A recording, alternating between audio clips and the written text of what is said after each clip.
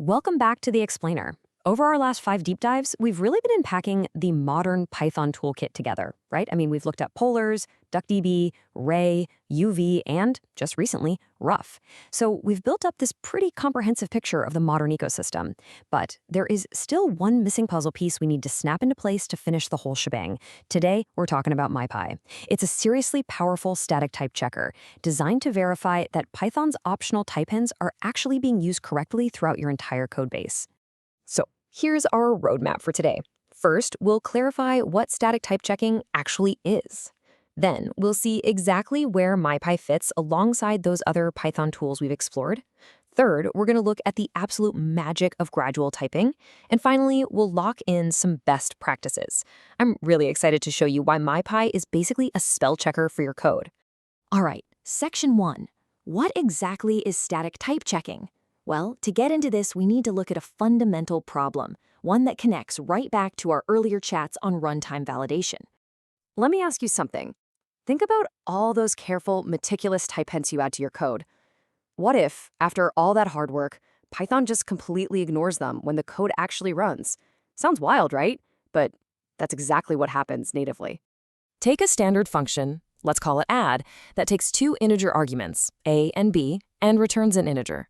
Python itself doesn't automatically enforce those type hints while running that code. Without a dedicated tool, Python looks at that and just treats it as helpful documentation. Seriously, that means you could totally accidentally pass a string where an integer is expected, and Python is just going to let it happen, right up until it blows up with a runtime error. And that brings us to the core concept here, static type checking. This literally means analyzing your code for type consistency entirely before it runs. Think of it like a spell checker. You know how a spell checker catches typos in a document way before you ever hit publish or print? Mypy does exactly that, but for your Python code. It checks those type hints statically, completely catching those bugs before your script is ever executed. Moving right along to Section 2, Mypy versus other Python tools. Let's see how this actually fits into the toolkit you already have. If you remember from our earlier testing block, specifically explainers 45 and 46, tools like PyTest and Hypothesis help catch bugs by running your code and verifying what it actually does. Mypy catches a totally different category of bugs. Because it statically checks for type mismatches without running your code at all, it can actually catch errors that even a fantastic test suite might completely miss, just because that one specific code path never got explicitly tested. Now, think about how Mypy pairs with PyDantic from Explainer 54. PyDantic enforces your types at runtime, validating external, real-world data from an API request right as the code runs. Mypy, on the other hand, checks your own internal logic during development. They are essentially the perfect complementary pair. Mypy catches your internal mistakes early, and PyDantic acts as the bouncer, catching problems later whenever external data tries to get in.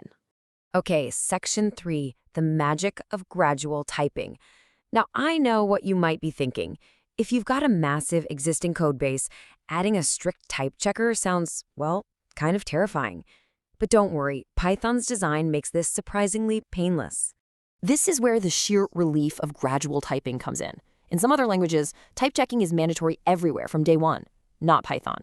Python lets you add type hints incrementally. You can type hint specific, crucial parts of your codebase and just leave the rest completely untyped for now.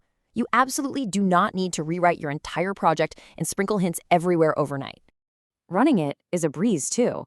Once Mypy is installed, you just run Mypy and your project directory in the terminal. It's that easy. Mypy is smart. It respects Python's gradual typing. It analyzes the type hints that are actually there and only checks the parts of your code that include them. It'll flag any inconsistencies and just politely ignore all that untyped legacy code until you're ready to tackle it.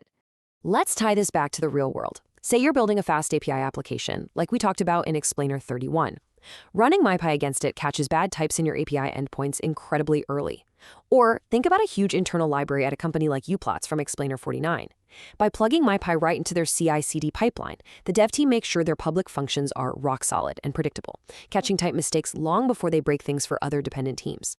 Which brings us nicely to Section 4, Best Practices for Mypy. We definitely need a game plan, so let's lock in exactly how you can implement Mypy today without losing your mind. The key here is an optimal adoption flow. Step 1, adopt it gradually, starting with the most critical areas of your code. Step 2, Pair it with rough. Remember from our last explainer, rough is amazing for catching stylistic issues, but it doesn't do type checking. Mypy is that missing puzzle piece that locks in perfectly next to rough for a complete code quality workflow. And step 3, once you're comfortable, start inching your way towards strict mode. Speaking of strict mode, this little flag is a real game changer. Adding --strict tells Mypy to run a much more thorough set of checks. It basically demands that every single function has proper type hints.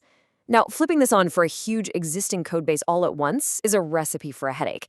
But over time, professional teams deliberately work their way towards strict mode because it is absolutely crucial for catching those deeply hidden, subtle bugs. So let's recap.